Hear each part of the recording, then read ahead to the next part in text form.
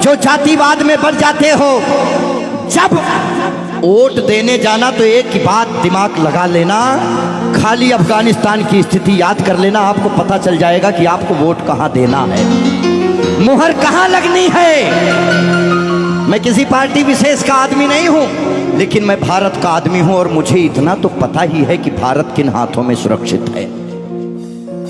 इसीलिए ध्यान से ये जो जातिवाद में हम लोग बट रहे हैं उस पे है कि मन की हल्दी घाटी में राणा के भाले डोले थे, यूं लगता है वीर शिवाजी चीख चीख कर बोले थे। पुरखों का बलिदान घास की रोटी तक शर्मिंदा है, कट गई जंग में राणा की बोटी बोटी शर्मिंदा है। खुद अपनी पहचान मिटा दी कायर भूखे पेटों ने, जो टोपी जालीदार पहन ली हिंदू माँ के बेटों ने। और सर पर लानत तालियां नहीं, सुनिए पूरी बात कि मन की हल्दी घाटी में राणा के भाले डोले थे, यूं लगता है वीर शिवाजी चीख चीख कर बोले थे। पुरखों का बलिदान घास की रोटी भी शर्मिंदा है, कट गई जंग में राणा की बोटी बोटी शर्मिंदा है। खुद अपनी पहचान मिटा दी कायर भूखे पेटों ने, जो टोपी जालीदार पहन ली हिंदू माँ के बेटों ने।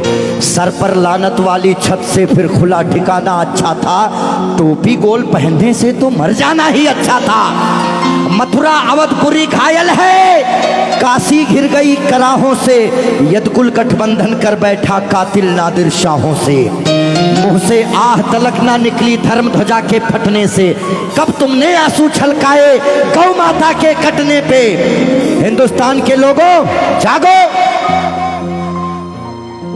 कब तुमने आंसू छलकाए गौ माता के कटने पे। जागे नहीं अगर आज हम, तो ये प्रश्न पीढ़ियां पूछेंगी। हमारे पास दो ही ऑप्शन है, या तो हम अपनी आने वाली पीढ़ियों के लिए चेतावनी बन जाएं या मिसाल बन जाएं। ना हम कश्मीरी पंडितों को भूलेंगे और ना राम भक्तों पे गोलियां चलाने वाले को भूलेंगे। ये वही भारत है, ध्यान रखिएगा। किसी बहकावे में नहीं आना है कि कब तुमने आंसू छलकाए गौ माता के कटने पे, और जागे नहीं अगर हम, तो ये प्रश्न पीढ़ियां पूछेंगी। गन पकड़े हिंदुओं के बेटे और बुरके से लदी बेटियां पूछेंगी, बोलेंगी हे आर्यपुत्र इतना उद्धार किया होता, खतना करवाने से अच्छा हमको मार दिया होता। और सोते रहो सनातन वालों तुम सत्ता की गोदी में, पर सांस आखिरी तक भगवा की रक्षा हेतु लड़ूंगा मैं। शीश कलम करवा दूंगा पर कलमा नहीं पढ़ूंगा मैं, शीश कलम करवा दूंगा।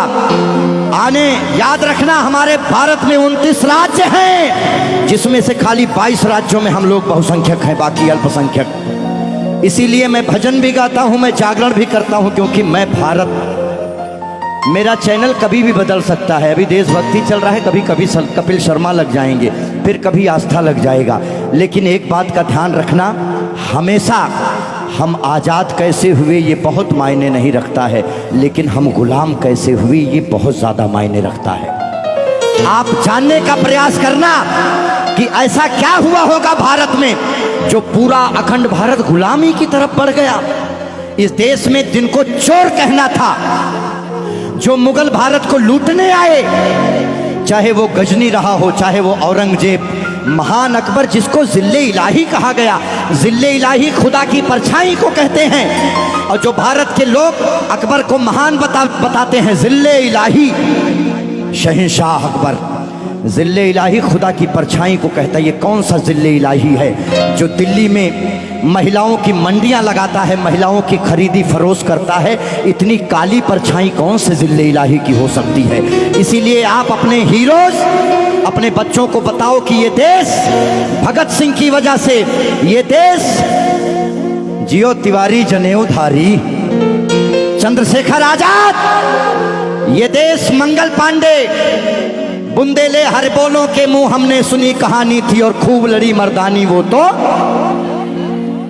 हमारे यहाँ महिलाएं घूंघट करती हैं क्योंकि यहाँ लुटेरे आए भारत में, लूटे, डोलियां लूटे, महिलाओं के साथ दुराचार किए, जिसकी वजह से उन्हें पर्दे में रखा जाने लगा। भारत के लोगों, 2022 का चुनाव आपके सर पे है। मोहर लगाने से पहले सोच लेना कि भारत वाकई में किन हाथों में महफूज है, बाकी आगे आपकी मर्जी। बोलिए भारत माता की। आइए, रोक दो भाई, इतना काफी है।